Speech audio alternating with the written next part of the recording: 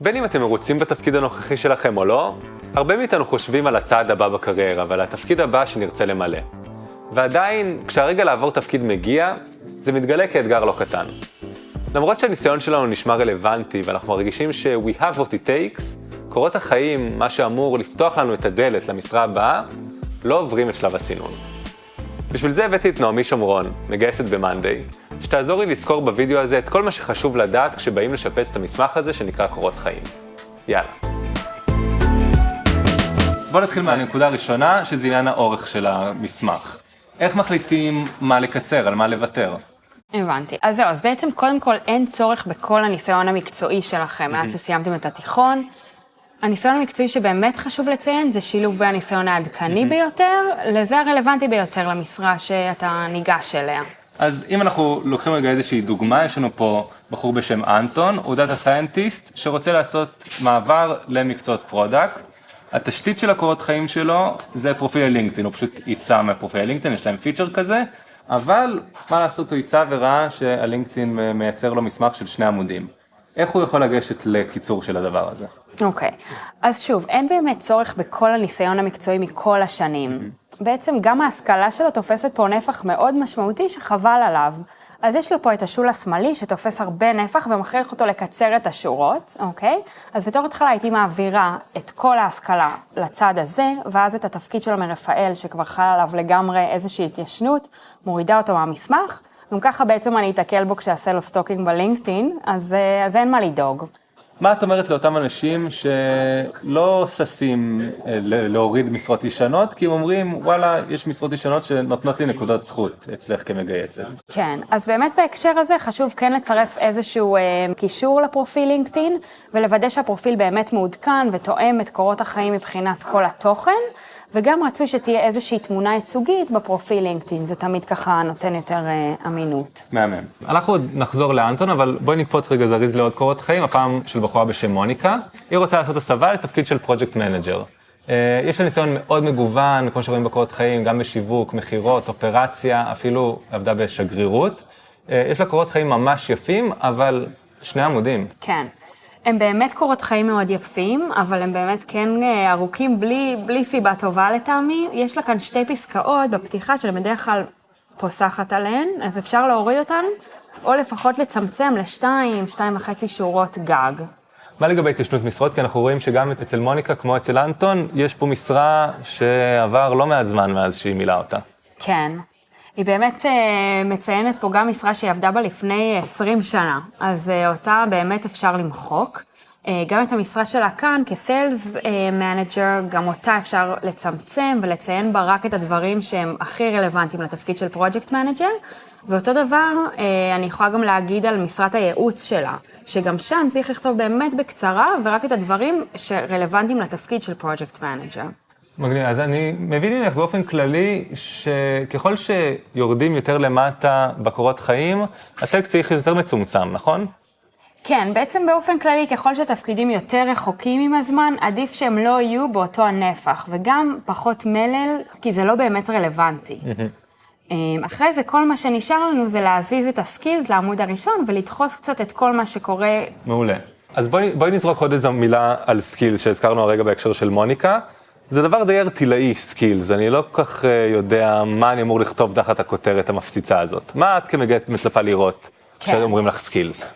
אז בעצם מה שאני רוצה לראות זה בעיקר שליטה בתוכנות, ודברים שהם יותר ככה soft skills, כמו team player, time management, critical thinking, כזה. זה דברים שאני לא כל כך מתייחסת אליהם בקורות חיים כשאני מסתכלת, כי אני באמת בונה לגלות אותם בתהליך הרעיונות. אז בעצם זה יותר דברים כמו, אני שולט בסיילספורס, אני שולט נגיד אני עורך, אני שולט באדובי, בדיוק, כל מיני דברים שהם buzzwords שאתה יכול להסתכל בתיאור המשרה ולהכניס אותם אליך בסקילס. מה בנוגע להסבר על מקומות שהיא עבדה בהם? כי יש פה כל מיני שמות של חברות שהן לא עכשיו וויקס, צ'ק פוינט, מנדיי, שרוב המגייסות יודעות מה זה החברות האלה. נכון. אז אם החברה לא מוכרת, כן הייתי ככה מוסיפה כמה מילים ממש בקצרה, נגיד SaaS או Cyber Security ליד השם של החברה, וככה אני יודעת איזה סוג חברה היא. אז דיברנו על התוכן מההיבט של סקילס, ואילו משרות באמת כדאי לנו לציין, ואילו אפשר להדיח מהקורות חיים, אבל בואי נתעמק בזה רגע במשרות שכן שרדו את הניפוי. זה קשה על אחת כמה וכמה, כשמתמנים לתפקיד שאין ניסיון ממשי, בו רוצים לעשות איזשהו שיפטינג כמו אנטון ומוניקה, והם בעצם צריכים לזהות מה בתפקידים שהם עשו עד עכשיו רלוונטי לתפקיד שהם רוצים להגיע אליו. את גם עשית את זה בעצם לפני שהגעת לתפקיד של מגייסת. נכון, אז אני בעצם עשיתי שיפטינג מתפקיד של איבנטס לתפקיד ב-HR. אז כשניגשת לעשות את השינוי הזה מ-Events ל-HR, איך ניגשת לכתוב את הקורות חיים שלך? ככה באמת ניסיתי לחשוב איזה דברים עשיתי אז שיכולים להיות רלוונטיים לי היום למשרות HR. וחשבתי, אוקיי, אז לתפקידים האלו אני צריכה, לצורך העניין, communication skills, ממשק עם HR, שהם בעיקר היו אנשים שמולם עבדתי, היו לי הרבה טיסות באירועים גלובליים, וזה היה משרת HR בתפקיד גיוס גלובלי, אז כל הסקילס שרכשתי שם, גם גיוס ספקים שונים, הניסיון הגלובלי, אז כל אותם דברים, זה הדברים שעשיתי מ-events, שיכולים לשרת אותי במשרה של ה-HR. אז בנוסף לדוגמה של הקורות חיים שלך, אפשר למצוא גם דוגמה נוספת אצל בחור בשם מתן, אז הוא רוצה למצוא תפקיד פרודקט, מה שווה לו להחצין? אז קודם כל שווה לו להעלות את הפרויקט שיש לו כאן למטה לראש המסמך, כי זה כן ניסיון שהוא בעצם הפרודקט המשמעותי שיש לו היום, ואם זה נעשה במשך תקופה, אז כן הייתי מציינת כמה זמן, שיראו שזה משהו משמעותי. וגם כאן, מבחינת ככה, המיצוג של זה, הייתי שמה את זה תחת טייטל של experience, איפה שנמצא בעצם כל ה-experience של העבודה שלו, ולא תחת project. וחוץ מהפרויקט הזה, יש לו פה עוד כמה משרות, מה את מציעה לו לעשות איתן?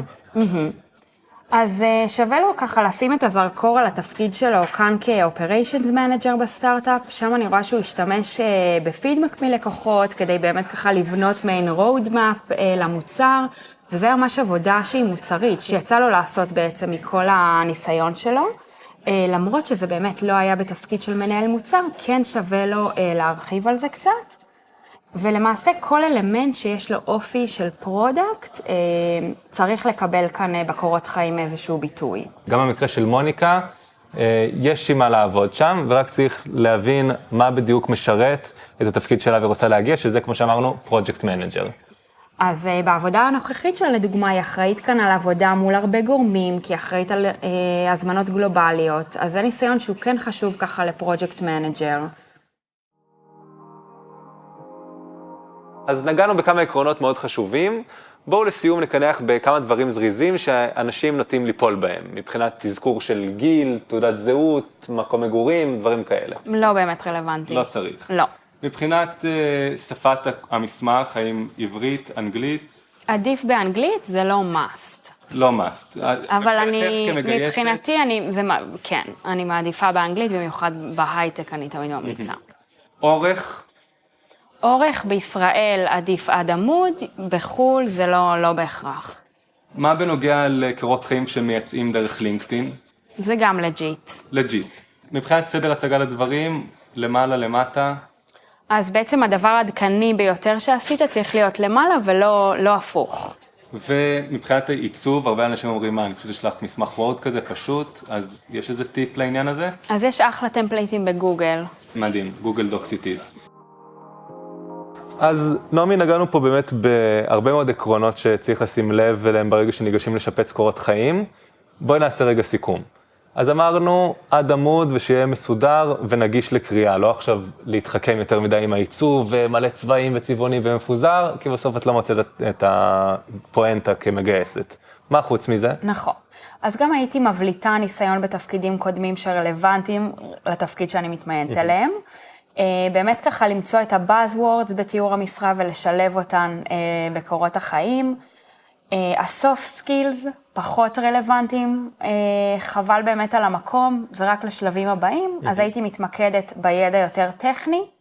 ודבר אחרון זה שהעבודה האחרונה צריכה להיות ככה הכי למעלה, וככל שהולכים אחורה יותר על הציר של זמן, יש פחות צורך לפרט, וצריך ככה להבליט רק את הדברים החשובים, שזה התפקיד, החברה, השנים ותחומי האחריות.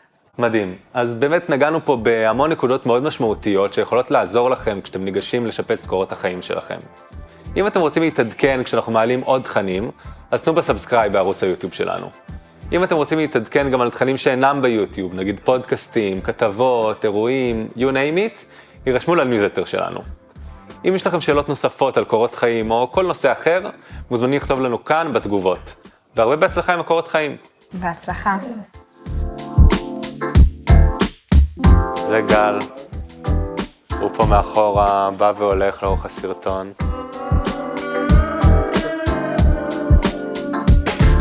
להיות עם המשקפיים או בלי? עם המשקפיים אני נראית יותר חכמה. יותר קל לי לקרוא.